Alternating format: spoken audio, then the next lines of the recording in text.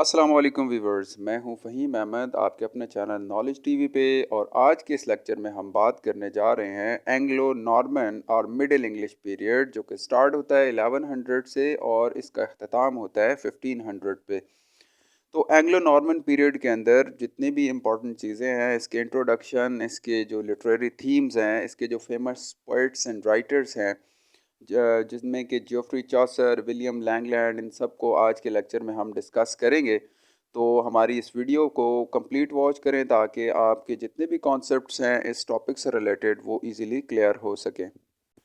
अगर हम इस पीरियड के तारुफ की इंट्रोडक्शन की बात करें तो ये जो नॉर्मन्स थे, जो कि नॉर्मैडी यानी फ्रांस में रहने वाले लोग थे, इन्होंने जब एंग्लो सैक्सन किंग को शिकस्त दी बैटल ऑफ हेस्टिंग्स 1066 में, और इंग्लैंड को जब इन्होंने फ़तह किया तो ये वहाँ पर आए। और जो नॉर्मन कन्क्वेस्ट था, इसने इब्तदा की एक मुख्तलिफ़ किस्म के अहद की, एक मुख्तलिफ़ किस्म के ज़माने की, ठीक है, लिटरेरी या अदबी लिहाज से। और इसके साथ साथ जो इंग्लैंड की पॉलिटिकल हिस्ट्री थी उसमें भी एक बहुत ही बड़ा चेंज देखने में आया। और इसके साथ साथ जो एंग्लो सैक्सन ऑथर्स थे, वो अचानक से या फौरी तौर पर या हमेशा के लिए उनको जो है वो डिस्प्लेस कर दिया गया, और एंग्लो सैक्सन किंग जो था उसको भी। तो इसके बाद का जो लिटरेचर है, या जो इसके बाद लिटरेचर लिखा गया या पढ़ा गया अंग्रेज़ कौम की तरफ से, वो मुकम्मल तौर पे ट्रांसफॉर्म हो चुका था, मुकम्मल तौर पे वो तब्दील हो चुका था। उनके जो सेंटिमेंट्स थे, यानी उनके जो जज्बात थे, उनके टेस्ट जो थे इंग्लिश रूलर्स के, उसके मुताबिक नए लिटरेचर की फॉर्मेशन हुई, और नया लिटरेचर इंग्लिश जो है वो लिटरेचर के अंदर एक नई किस्म का लिटरेचर आ गया। अब जो नया जो लिटरेचर था वो फॉरेन टाइप ऑफ लिटरेचर था, यानी कि फ्रेंच लिटरेचर का उसके ऊपर ज़्यादा अक्स नज़र आता है, जो कि नॉर्मन कंक्वेस्ट के बाद यानी कि शुरू हुआ। और जिसको सबसे पहले जो बादशाह थे और जो दरबारी लोग थे, कॉर्टियर्स थे, उनसे ये या उनके बारे में ये स्टार्ट हुआ। और इसको यानी कि फिर बाद में यानी कि छोड़ दिया गया, बाद में तर्क कर दिया गया, और नई किस्म का लिटरेचर जो है वो मुतारफ़ कराया गया।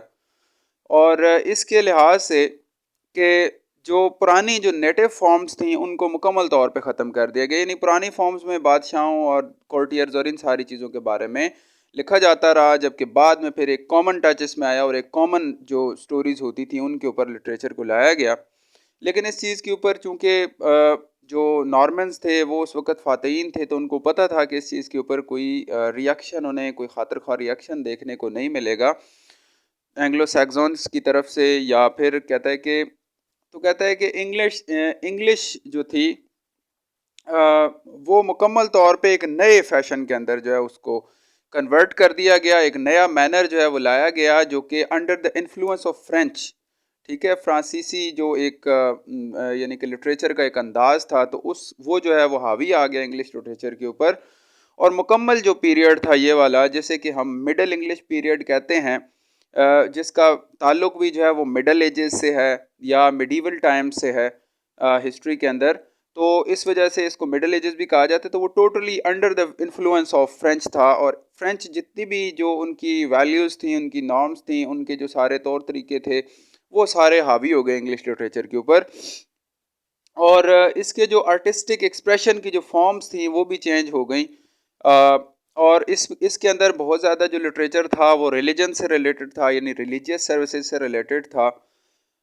और इसके अलावा इसके ऊपर जो है वो इंग्लिश लैंग्वेज के ऊपर लैटिन जो लैंग्वेज थी उसका भरपूर जो है वो कंट्रोल हो गया, यानी लैटिन के अंडर ये सारा। एंग्लो नॉर्मन्स जो थे, उनके आने से पहले जो एंग्लो सैक्सन्स थे उनके पास काफ़ी अच्छा जो है वो लिटरेचर मौजूद था, नेटिव लिटरेचर, और जो कि काफ़ी सुपीरियर था, काफ़ी अच्छा उसमें काम किया गया, बेवुल्फ टाइप की, जो कि पिछले लेक्चर में हमने उसको सारा डिस्कस किया था। और काफ़ी जो है वो उसके अंदर वर्नैक्युलर एलिमेंट्स जो हैं वो यूरोपियन वर्नैक्युलर एलिमेंट्स, यानी यूरोप की नेशन से रिलेटेड जो एलिमेंट्स थे वो नज़र आते थे। और ये भी कहा जाता है कि जब नॉर्मन्स आए इस सरजमीन के ऊपर, तो इन यानी कि जो एंग्लो सैक्सन्स थे उनकी रवायात और उनकी सारी चीज़ें पुरानी हो चुकी थी, तो उन्हें एक एक्सटर्नल स्टिमुलस की ज़रूरत थी जो कि उनको मज़ीद स्टिमुलेट करे और मज़ीद वो उनके अंदर बेहतरी आए, तो ये जो है वो एंग्लो नॉर्मन्स की वजह से हुआ। उनके अंदर एक नया जज्बा पैदा हो गया और ये जो नॉर्मन कंक्वेस्ट था इसने एक मुकम्मल तौर पे एक अवेकनिंग पूरी नेशन के अंदर लेके आया और लोग जो है वो अचानक से ये जो नया विजन था इससे इंस्पायर होने लगे एक अच्छे और ग्रेटर फ्यूचर के लिए। और ये सारे इकट्ठे हो गए एक ही उम्मीद के ऊपर, यानी कि इन्होंने अपनी एक ही तरह की मंजिल जो है वो तय की और उसके साथ ही आगे चलने का फैसला किया। और वक्त गुजरने के साथ साथ एंग्लो सैक्सन्स जो थे उन्होंने अपनी जो शुरू की जितनी भी खसूसियात थी उनको खो दिया और जो न्यू कमर्स थे उनकी जितने भी कैरेक्टरिस्टिक्स थे वो हावी हो गए और सारे पूरी कौम जो है वो उसी का ही हिस्सा बन गई। तो ये जो नॉर्मन्स थे ये ना सिर्फ खुद उन्होंने फतह किया, अपने साथ सोल्जर्स लेके आए इंग्लैंड में, बल्कि इसके साथ साथ अपने साथ जो है वो आर्टिजन्स भी लेके आए, अपने साथ ट्रेडर्स भी लेके आए और इन्होंने ये स्कॉलर्स भी लेके आए ताकि जो नॉलेज था उसको मज़ीद जो है वो रिवाइव किया जाए, मज़ीद उसको डेवलप किया जाए। और इसके अलावा क्रॉनिकलर्स को भी लेके आए, यानी वाक़यात को बयान करने वाले पीरियड टू पीरियड और जो सक्सेस स्टोरीज बताने वाले और मेमोरेबल इवेंट्स को भी रिकॉर्ड कर सकें ताकि वो, और मिंस्ट्रल्स भी थे इसमें टू सेलिब्रेट विक्ट्रीज, यानी ताकि फतहात जो हैं इनकी उनको मज़ीद जो है वो अच्छे निखार कर जो है वो लोगों को बताया जाए, पेश किया जाए, सिंग जो है वो गाया जाए इनको, इनके एडवेंचर्स को, इनके लव को, यानी कि उनका अपने एक नई जहद जो है वो लेके आए। जो सबसे जो मेन जो डिफरेंस है दोनों पीरियड्स के अंदर, यानी एंग्लो सैक्सन्स पीरियड और एंग्लो नॉर्मन पीरियड के अंदर, वो कहते हैं जी कि is marked by the disappearance of the old English poetry, यानी कि जो पुरानी इंग्लिश पोइट्री थी एंग्लो सैक्सन्स पीरियड के दौरान वो ख़त्म हो गई, बिल्कुल डिसअपियर हो गई। और फिर कहता है कि एंग्लो नॉर्मन पीरियड के अंदर कोई भी अच्छी पोइट्री हमें नहीं मिलती जैसा कि एंग्लो सैक्सन्स की पोइट्री थी, जैसा कि बेओवुल्फ और फॉल ऑफ द एंजल्स, ये बड़ी मशहूर पोइट्री थी। और इसके बाद जो रिलीजियस पोइट्री थी उसमें थोड़ी सी उन्हीं माजी की चीज़ों को रिकॉल किया गया। Finished art of the sign wolf की जो है उसको रिवाइव किया गया। या एंग्लो सैक्सन की जो पोइट्री थी कहता है कि उसको हिथेंडम या चर्च से जो है वो उसको यानी कि उसके आइडियाज़ लिए गए थे, या उसके जो आइडियाज़ और मैनर्स जो थे उसके वो अपने अंदाज थे, अपने मैनर्स थे, या अपने एक डिस्टिंक्ट अंदाज में वो लिखी गई। और बाद में वो अपनी परफेक्शन को भी पहुंची और फिर अपनी परफेक्शन को पहुंचने के बाद वो बिल्कुल ही यानी कि ख़त्म भी हो गई जब नॉर्मन कंक्वेस्ट हुआ उसके बाद, क्योंकि एक नई जहद जो है वो पैदा हो गई। और इसके अलावा कहते हैं कि एंग्लो सैक्सन जो पोइट्री थी वो अपनी रिच मेच्योरिटी को पहुंची और फिर मुकम्मल तौर पे ख़त्म हो गई।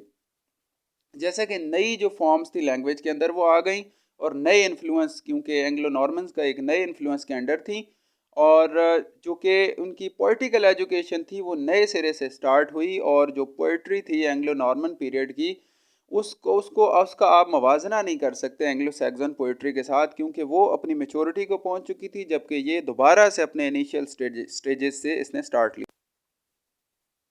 तो पोइट्री के हवाले से इस दौर के अंदर जो है वो काफ़ी डाउनफॉल रहा, पोइट्री कोई अच्छे लेवल की इस दौर में नहीं लिखी गई और इस वजह से इसे आप कह सकते हैं कि इस पीरियड को पोइट्री के हवाले से एक अच्छा एक डेवलप्ड पीरियड नहीं कह सकते इंग्लिश लिटरेचर के अंदर। जबकि इससे जो कंपैरिजन करें अगर प्रीवियस पीरियड का तो उसमें काफ़ी मुनासिब और काफ़ी अच्छी जो है वो पोइट्री देखने को मिलती है। इस दौर के अगर फॉर्म्स ऑफ लिटरेचर की बात की जाए तो उसमें सबसे जो इम्पोर्टेंट फॉर्म थी जिसमें कि लिटरेचर लिखा गया वो थी रोमांसेस। यानी रोमांसेस के ऊपर इनके जो फर्दर जो वर्क्स थे एंग्लो नॉर्मन्स के, वो रोमांसेस का बहुत ज़्यादा उसमें एलिमेंट जो है वो वाज़े नज़र आता है। और आप कह सकते हैं कि जो मिडल पीरियड है उसमें रोमांसेस का बहुत ज़्यादा इन्फ्लुएंस रहा इनके लिटरेचर के अंदर। और कहते हैं कि कोई भी जो लिटरेरी प्रोडक्शन थी मिडल एजेस की वो उसको कहते थे कि उसके अंदर इतनी यानी कैरेक्टरिस्टिक वाइज इतनी अच्छी नहीं थी, या वो आप कह सकते हैं कि उसको यानी कि हमेशा रहने वाली या अट्रैक्टिव नहीं समझा जाता था, जिसके अंदर जो है वो आपको रोमांटिसिज्म का एलिमेंट नज़र ना आता हो, यानी जिसके अंदर हीरोज़ एंड हीरोइंस के रोमांसेस नज़र आते हों, या बायगॉन डेज़ की जो स्टोरीज़ नरेट की जाती थी तो उसके अंदर भी रोमांटिक टच बहुत ज़्यादा यहाँ पे दिखाया जाता था। और ये जो इनके रोमांसेस थे वो इनकी स्टोरीज़ के अंदर भी नज़र आते थे। और इनकी जो पोइट्री थी उसके अंदर यानी कि कम एलिमेंट्स थे, स्टोरीज इसमें ज़्यादा नरेट की गई। और इनके ड्रामास के अंदर भी बाद में जो है वो ये रोमांसेस का एलिमेंट काफ़ी नज़र आता है। और इसके अलावा यानी कि तफरीही लिहाज से भी ये काफ़ी अच्छे इनके यानी कि ड्रामाज रहे, और उनको ज़्यादा सराहा जो गया वो उनके रोमांसेस की वजह से ही सराहा गया। और इनके जो रोमांसेस थे वो ज़्यादातर जो है वो लैटिन एंड फ्रेंच सोर्सेज से लिए गए, यानी कि पहले जो लैटिन एंड फ्रेंच लिटरेचर था तो वहाँ पे रोमांसेस का काफ़ी ज़्यादा एलिमेंट्स था। तो वहीं से ही ये जब नॉर्मन्स आए तो उन्हीं के साथ ये एलिमेंट्स जो है वो आए। और क्योंकि ये जो अब जितने भी रोमांटिक चीज़ें इन्होंने डील की उनमें जो स्टोरीज़ थी वो किंग आर्थर की स्टोरीज़ उसमें काफ़ी इम्पोर्टेंट है, वार ऑफ ट्रॉय के ऊपर, और उसके अंदर जितने भी एलिमेंट्स हैं उनके ऊपर जो है वो लिखा गया। इसके अलावा मैथिकल डूइंग्स ऑफ चार्ली मैग्ने के ऊपर जो है वो काफ़ी सारी चीज़ें लिखी गई, और अलेक्जेंडर द ग्रेट यानी कि इनके बारे में और इनकी स्टोरीज़। और लेकिन जितनी भी स्टोरीज़ आप देखेंगे तो इसमें रोमांस का जो एलिमेंट है उसको बहुत ज़्यादा डील किया गया, और इस पीरियड में रोमांसेस जो थे उनको बहुत ज़्यादा सराहा भी गया। और विदाउट रोमांस जो भी कोई चीज़ जो है उसको पेश किया जाता तो उसके अंदर वो पब्लिक की उस तरह की जो है वो इंटरेस्ट नज़र नहीं आते थे जिस तरह के रोमांटिक एलिमेंट्स वाले प्लेज एंड जितने भी वर्क्स थे, स्टोरीज थी, उनमें नज़र आते थे। नेक्स्ट इनके जो प्लेज लिखे गए वो थे मायरैकल प्लेज यानी करिश्माती किस्म के, और मोरालिटी प्लेज जो है वो इनकी ये दो दो उनसर हैं इनके प्लेज के अंदर बहुत ज़्यादा नज़र आते हैं। मिडिल इंग्लिश पीरियड की बात करें तो मायरैकल प्लेस जो थे वो बहुत ही मशहूर हुए इस दौर में, और इसके यानी कि ग्रोथ और डेवलपमेंट जो है वो ज़्यादातर हुई बाइबल की स्टोरीज से, और सीन बाय सीन इन स्टोरीज़ को नरेट किया गया और उनको लॉजिकल कंक्लूजन्स के ऊपर लाया गया।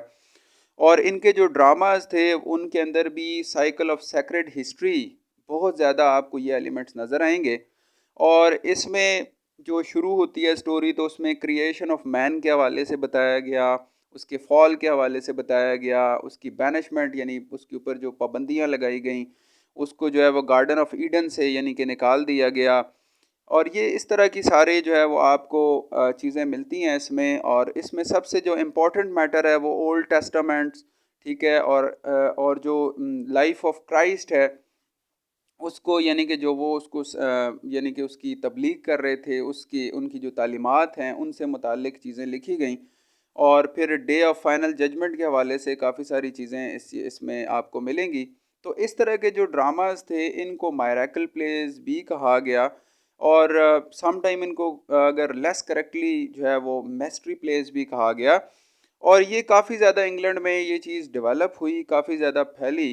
और इसको फिर जो है वो हेनरी टू के दौर से ये चीज़ जब शुरू हुई तो फिर ये एलिज़ाबेथन दौर तक ये चीज़ चलती रही। और एलिज़ाबेथन पीरियड जो था वो 11 यानी कि ये स्टार्ट हुई 1154 से और 1603 तक, यानी कि राउंड अबाउट 3.5 सेंचुरीज तक ये चीज़ जो है वो इंग्लिश लिटरेचर के अंदर नज़र आई। दूसरी तरह के जो प्लेज लिखे गए या जो ड्रामाज लिखे गए और जो टर्म जो है वो मज़ीद फ्लॉरिश हुई मिडल एजेस के दौरान वो थे मोरालिटी प्लेस। और इस तरह के प्लेस के अंदर जो कि यूनिफॉर्म इनका थीम होता था उसके अंदर एक स्ट्रगल जो है वो जाहिर की जाती थी, एक the power of good and the power of evil के दरमियान। और यानी कि mastery of the soul of man, इन इन यानी कि इन चीज़ों के ऊपर जो इनके थीम्स थे उनके वो बेस्ड होते थे इन मोरालिटी प्लेस के अंदर। यानी अच्छाई और बुराई के दरमियान एक कशमकश नज़र आती थी। कुछ लोगों को अच्छाई के कैरेक्टर्स दे दिए जाते थे, कुछ को बुराई के कैरेक्टर्स दे दिए जाते थे। और फिर वो थ्रू आउट द प्ले वो अपने यानी कि अपने जो डायलॉग्स होते थे और वो उनको प्रेजेंट करते थे अपनी एक्टिंग के ज़रिए।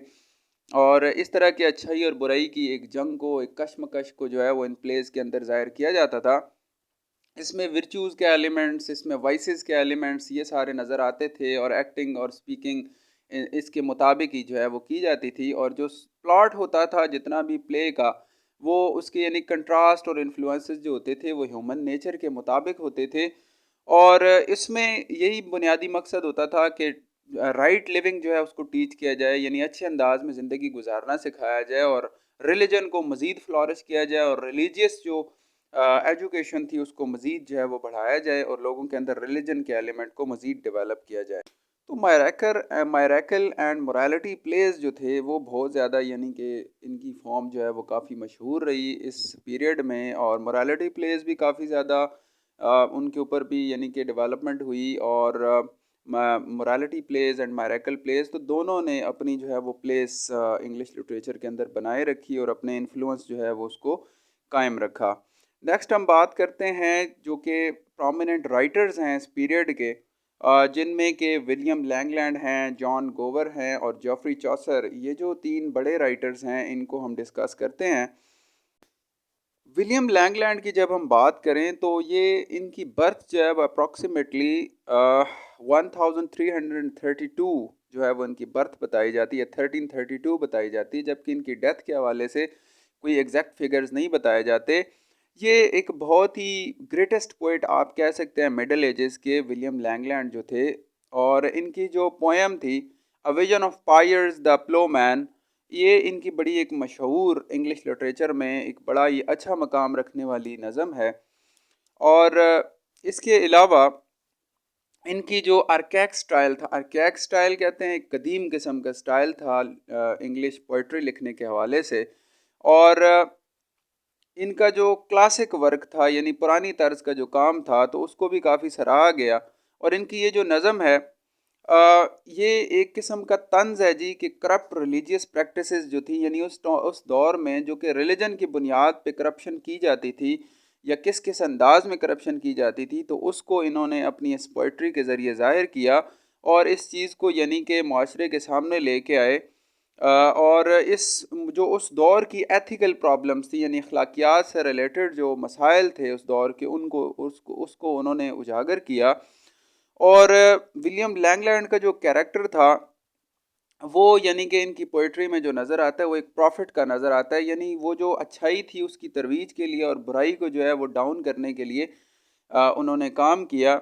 और जो सिंस ऑफ सोसाइटी थे उनको ये डिनाउंस करते हुए या डिस्करेज करते हुए नज़र आए और इनकरेज कर रहे थे इंसान को कि वो हायर लाइफ की तरफ वो जाए, यानी अपनी ज़िंदगी में अच्छाइयों की पहलू ज़्यादा लाए और बुराइयों के जो पहलू हैं उनको ख़त्म करे। नेक्स्ट प्रोमिनेंट फिगर हैं जी इस पीरियड के जॉन गोवर। जॉन गोवर के बारे में जो रिकॉर्ड हैं वो 1325 में उनकी बर्थ जो है वो क्योटेड है और 1408 में उनकी डेथ का जो है वो फिगर बताया जाता है। और ये जो गोवर है ये भी काफ़ी इम्पोर्टेंट प्लेस थी इनकी इंग्लिश जो पोइट्री की डेवलपमेंट थी इसके हवाले से। हालांकि ये जो दौर था इसमें सबसे इम्पोर्टेंट रोल जो इस हवाले से नज़र आता है वो तो जॉफ्री चौसर का नज़र आता है। बहरहाल गोवर के जो कॉन्ट्रीब्यूशंस थे उनको भी इग्नोर नहीं किया जा सकता। गोवर ने जो है इंग्लिश लिटरेचर के अंदर यानी कि काफ़ी ज़्यादा इंग्लिश लिटरेचर को जो है वो बुलंदियों पर लेके गया। और इनकी ज़्यादातर जो पोइट्री है उसके अंदर आपको कल्मिनेशन नज़र आएगी कोर्टली मेडिवल पोइट्री की, यानी कोर्ट के हवाले से, दरबार के हवाले से जो मेडिवल पोइट्री है उसके अंदर इनका काफ़ी किरदार रहा है।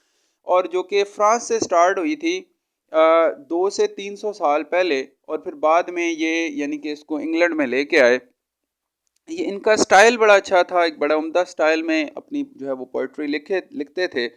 और इसके अलावा इन्होंने साबित भी किया कि इंग्लिश जो है, ये साबित किया कि इंग्लिश जो लैंग्वेज है वो दूसरी बड़ी जो ज़बानें थी उस दौर की उनके साथ compete कर सकती है और ये एक अपना एक डिस्टिंग्विश्ड मकाम जो है पोइट्री के हवाले से हासिल कर सकती है। तो इनके वर्क्स में ये एलिमेंट भी काफ़ी नज़र आता है। और जो गॉवर थे ये मेनली एक नैरेटिव पोइट थे, यानी नरेट करते थे मुख्तलिफ स्टोरीज़ को। और इनके जो सबसे इम्पॉर्टेंट वर्क हैं उनमें कन्फेशन अमेंटिस है, ठीक है, which is a form of conversation. वो भी क्योंकि नैरेटिव इनको कहा ही इसीलिए जाता है जिसमें कन्वर्सेशन का स्टाइल अपनाया जाए। तो इस इनकी जो ये वर्क है पोइट्री का, तो उसमें एक कन्वर्सेशन नज़र आती है पोइट के अंदर और divine interpreter and a divine interpreter, यानी एक पोइट के और डिवाइन इंटरप्रेटर के दरमियान, ठीक है, एक तशरीह नज़र आती है, एक मुकालमा नज़र आता है। और इस वर्क को एक इंसाइक्लोपीडिया समझा जाता है of the art of love, यानी कि मोहब्बत की एक फ़न के तौर पे भी, और स्टायर यानी कि स्टायर के हवाले से भी, vanity of the current time यानी मौजूदा वक्त की जो बुराइयां थी या मौजूदा वक्त की जो यानी कि नेगेटिव एलिमेंट्स थे। थर्ड जो मोस्ट इम्पॉर्टेंट फिगर हैं इस पीरियड के वो हैं जॉफ्री चौसर।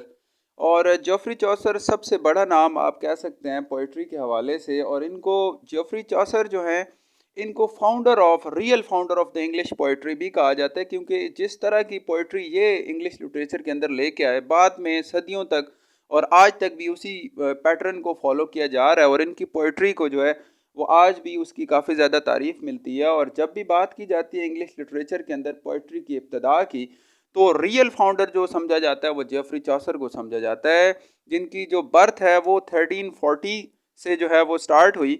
और 1340 रिकॉर्डेड है और 1400 इनकी डेथ जो है वो बताया जाता है उसके बारे में। और इनको जो है वो father of the English poetry भी कहा जाता है। तो इनकी जो पोइट्री है, इनके जो प्रीडिसेसर्स थे या कंटेम्प्रेरीज जो थे उनसे मुख्तलिफ़ किस्म की पोइट्री नज़र आती है। और इनकी पोइट्री को बहुत ज़्यादा जो है वो पढ़ा गया और बहुत ज़्यादा स्कॉलर्स ने उसको सराहा भी। और चौसर की जो पोइट्री है इसको काफ़ी ज़्यादा जो है वो इन्जॉय किया गया। और इनके अपने दौर से इसके अपने दौर में भी उसको बहुत ज़्यादा तारीफ़ मिली और बड़ा ही सराहा गया इनकी पोइट्री को।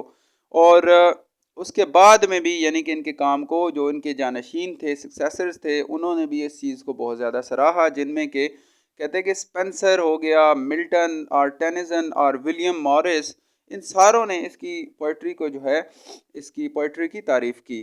तो चौसर जो है एक नई शुरुआत जो है वो इंग्लिश लिटरेचर के अंदर लेके आए और पुरानी जो ट्रेडिशन थी, ओल्ड इंग्लिश जो ट्रेडिशन थी, उसको ख़त्म किया, एक नई ट्रेडिशन पोइट्री के अंदर लेके आए। और इनकी भी नैरेटिव एलिमेंट इनकी पोइट्री के अंदर भी नज़र आते हैं। तो इनकी जो तालीम थी एज आ पोइट जो की थी वो टू फोल्ड थी, यानी इनका जो कुछ हिस्सा जो है वो पोइट्री का वो फ्रेंच और इटालियन लिटरेचर से यानी कि इन्होंने लिया।